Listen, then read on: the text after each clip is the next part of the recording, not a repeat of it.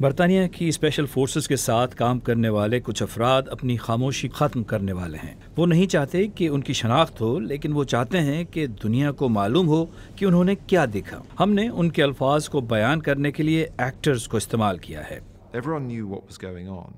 ہر کوئی جانتا تھا کہ کیا ہو رہا ہے۔ یہ کوئی اسکاؤٹ کیمپ نہیں تھا۔ سب کو معلوم تھا کہ کیا ہو رہا ہے۔ لوگوں کو قتل کیا گیا تھا۔ پینوراما کئی سالوں سے برطانیہ کی اسپیشل فورسز پر تحقیقات کر رہا ہے۔ ہم حبیب اللہ جیسے لوگوں سے ملنے افغانستان گئے ہیں۔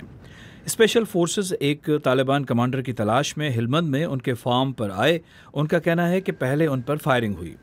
حبیب اللہ کا کہنا ہے کہ وہاں کوئی جنگجو نہیں تھا، لیکن ایس اے ایس نے وہاں سوئے ہوئے 9 افراد کو ہلاک کر دیا، جن میں حبیب اللہ کے 2 بیٹے بھی شامل تھے۔ تو یہ گولیوں کے نشان ہیں۔ اسے یہاں لیٹے ہوئے گولی مار دی گئی۔ یہ دیکھو، میرا بڑا بیٹا کمرے کے آخر میں لیٹا ہوا تھا۔ یہ گولی کا نشان ہے۔ ایک پبلک انکوائری میں برطانیہ کی اسپیشل فورسز کے خلاف الزامات کا جائزہ لیا جا رہا ہے۔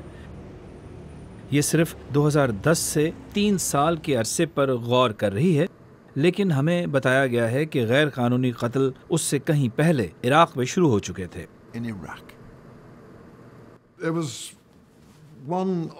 ایک کارروائی میں انہوں نے واضح طور پر ایک شخص کو قتل کر دیا تھا۔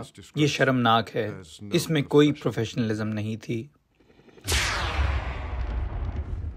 افغانستان میں قتل کا سلسلہ سب سے زیادہ تھا۔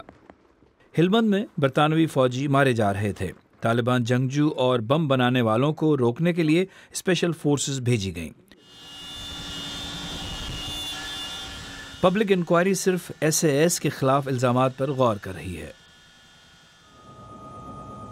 جن عینی شاہدین سے ہم نے بات کی، ان کا کہنا ہے کہ نیوی کی special forces S B S نے بھی جنگی جرائم کیے ہیں۔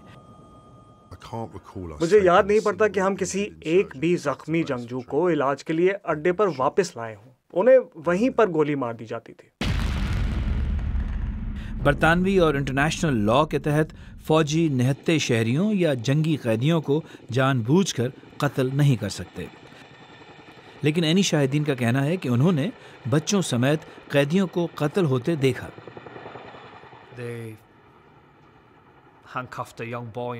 انہوں نے ایک کم عمر لڑکے کو ہتھکڑیاں لگائیں اور اسے گولی مار دی۔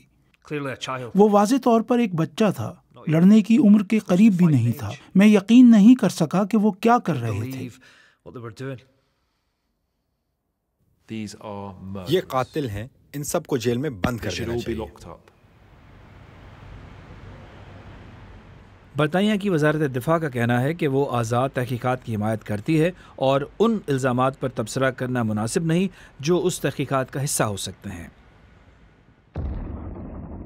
عینی شاہدین کا کہنا ہے کہ انہیں برطانوی مسلح افواج میں خدمات انجام دینے پر فخر ہے، لیکن اب وہ ان خوفناک چیزوں کے بارے میں خاموش نہیں رہ سکتے جو انہوں نے دیکھی۔